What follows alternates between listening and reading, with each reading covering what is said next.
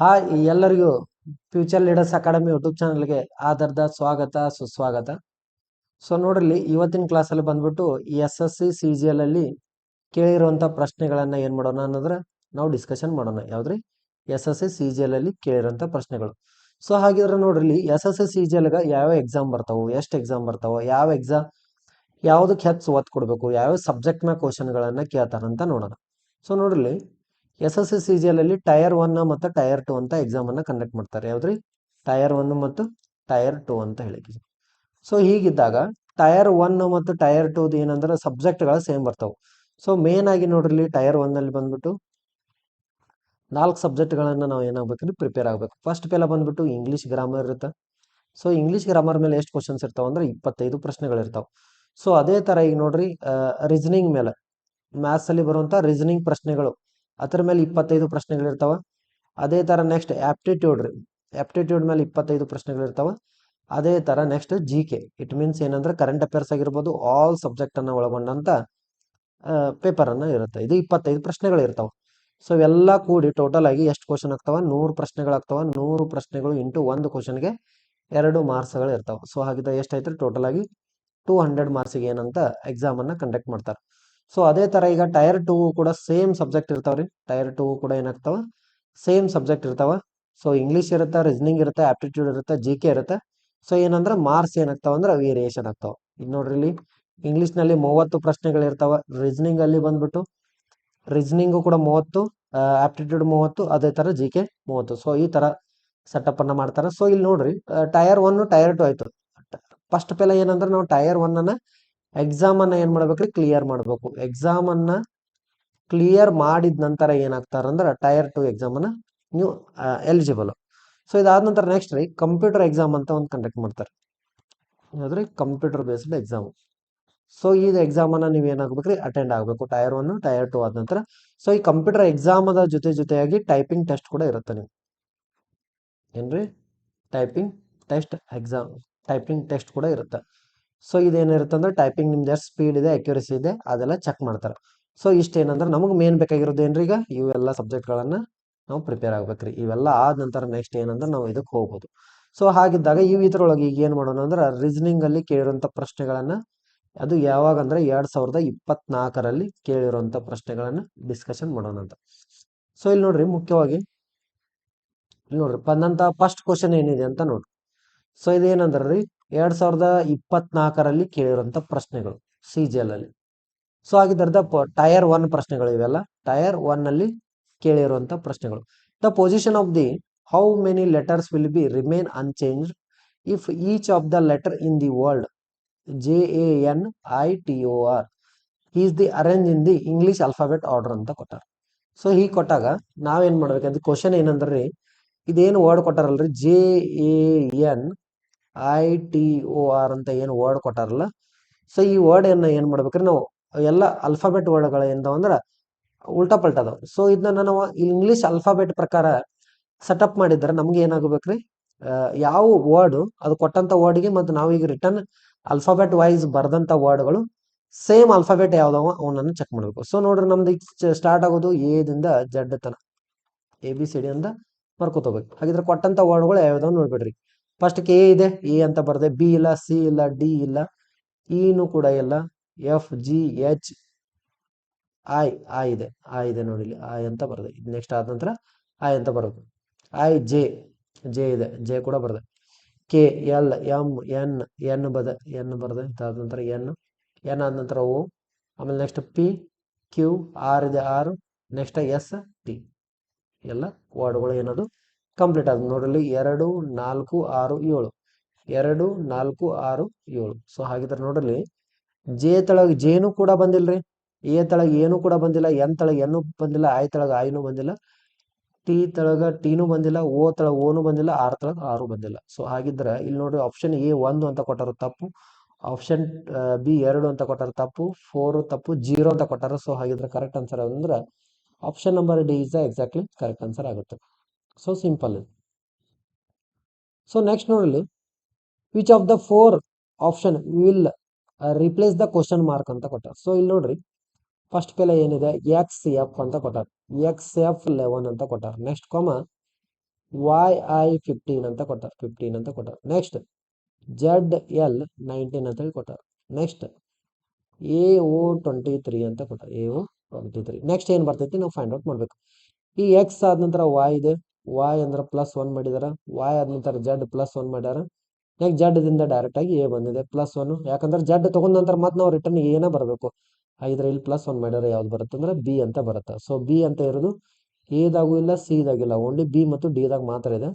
So ಹಾಗಿದ್ರೆ ಎರಡು ತರ ಒಂದು ಆಪ್ಷನ್ ಯಾವ್ದ್ರೆ ಆಗಬೇಕು. ಸೊ ನೋಡ್ರಿ ನೆಕ್ಸ್ಟ್ ಈಗ ನಂಬರ್ ಅನ್ನು ನೋಡ್ಬಿಡ್ರಿ, ಯಾಕಂದ್ರೆ ನಂಬರ್ ಚೇಂಜಸ್ ದಾವು ಡೈರೆಕ್ಟ್ ಆಗಿ ಸಿಕ್ಬಿಡುತ್ತೆ. 11ರಿಂದ 15ಗೆ +4 ಅಂತ ಇದೆ, 15ರಿಂದ 19ಗೂ ಕೂಡ +4 ಅಂತ ಇದೆ, 19ರಿಂದ 23ಗೆ +4 ಅಂತ ಇದೆ, 23ರಿಂದ +4 ಅಂತ ಮಾಡಬೇಕು. ಎಷ್ಟು ಬರುತ್ತೆ ಅಂದ್ರೆ 27 ಅಂತ ಬರುತ್ತೆ, 27 ಅಂತ ಬರುತ್ತೆ.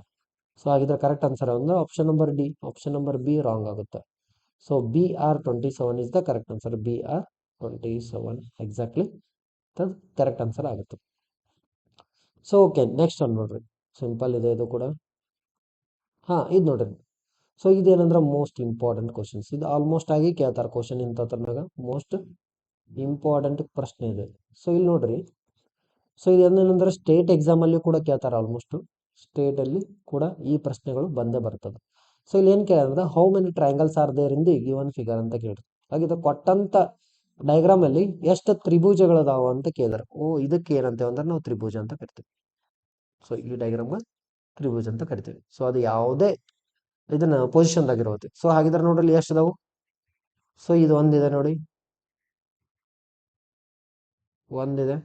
ನೆಕ್ಸ್ಟ್ 2. ಓಕೆ, ನೆಕ್ಸ್ಟ್ ಇದು ಒಂದಾಯ್ತು, 2. ನೆಕ್ಸ್ಟ್ ಇದು ದೊಡ್ಡದೈತೆ ನೋಡ್ರಿ, ಇದು 3. ಇದೊಂದು ಎಷ್ಟಾಯ್ತು ರೀ, 3. ಸೊ ಹಾಗಿದ್ರೆ ಈಚೆಗಡೆ ಸೈಡ್ ಒಂದಿದೆ, ಇದು ಬಿಟ್ರೆ 4. ನೆಕ್ಸ್ಟ್ ಇದು 5. ಓಕೆ, ಇದು 6. ನೆಕ್ಸ್ಟ್ 7.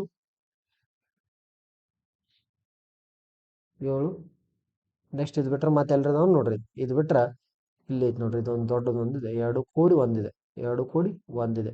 ಸೊ ಇದೊಂದು ಏನಂದ್ರ 8. ಸೊ ಈಗ ಇದು ಬಿಟ್ರೆ ಮತ್ತೆ ಎಲ್ಲೂ ತ್ರಿಭುಜಗಳು ಏನಿಲ್ರಿ, ಇಲ್ಲ. ಸೊ ಇದಕ್ಕಂತೂ ತ್ರಿಭುಜತೆ ಅನಾಕ ಬರಂಗಿಲ್ಲ. ಸೊ ಇದು ಕೂಡ ತ್ರಿಭುಜತೆ ಅನಾಕ ಬರಂಗಿಲ್ಲ. ಹಾಗಿದ್ರೆ ಟೋಟಲ್ ತ್ರಿಭುಜಗಳ ಸಂಖ್ಯೆ ಎಷ್ಟಿದಾವ ಅಂದ್ರೆ 8 ತ್ರಿಭುಜಗಳದಾವು. ಆಪ್ಷನ್ ನಂಬರ್ ಯಾವ್ದಂದ್ರ C is the exactly correct answer ಆಗುತ್ತೆ.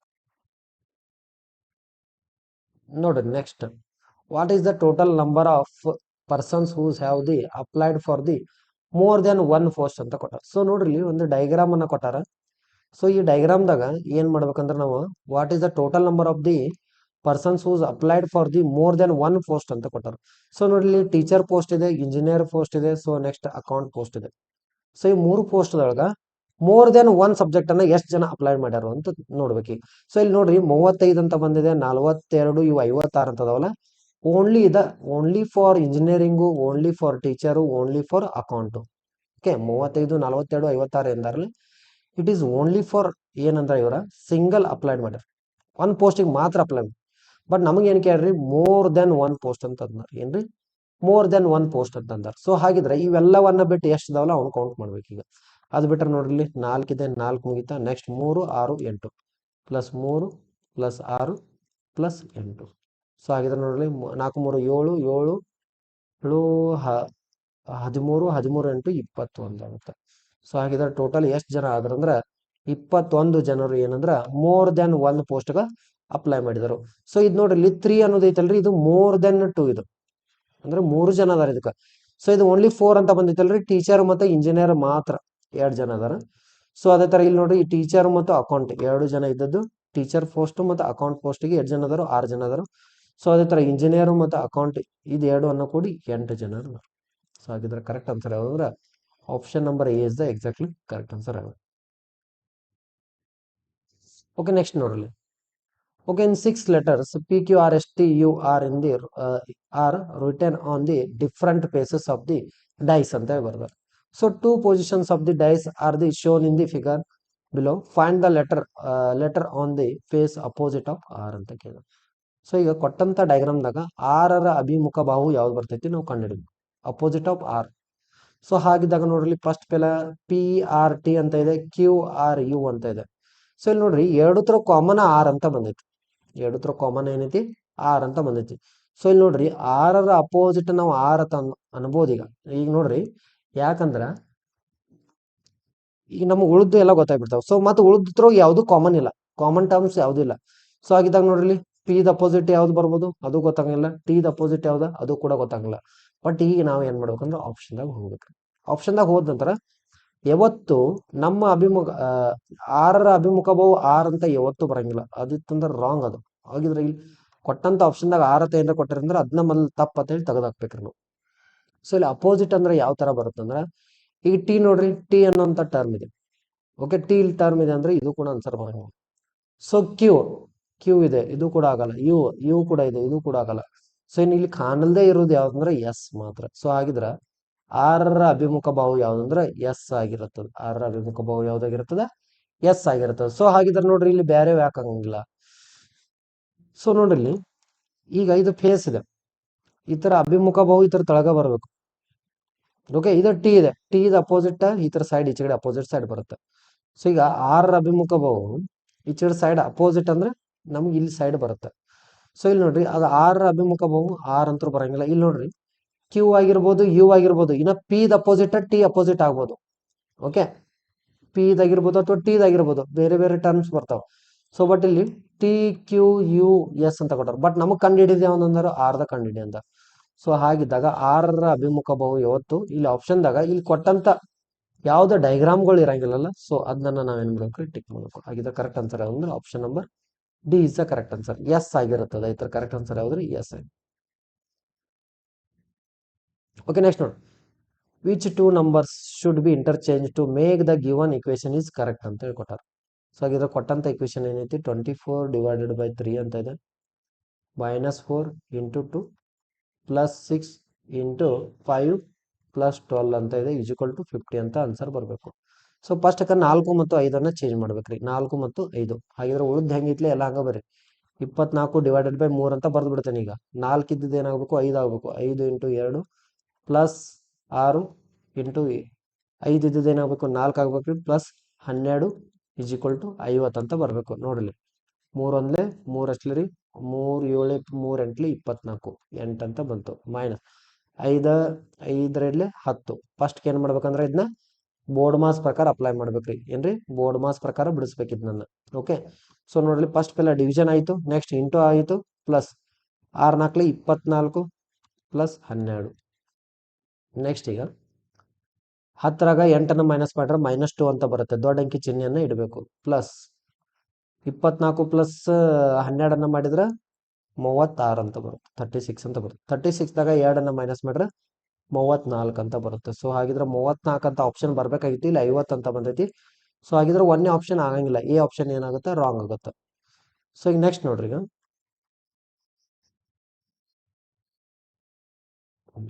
ಸೆಕೆಂಡ್ ಆಪ್ಷನ್ ಚೆಕ್ ಮಾಡಿ.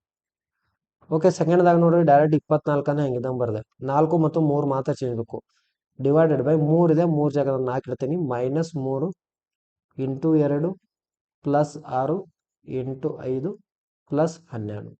ಹಾಗಿದ್ರೆ ನೋಡ್ರಿ 4 1 4 ಎಷ್ಟಲೆ 24, 4 5 20, 4 6 24, 6 -3 2 6 +6 5 30 +12.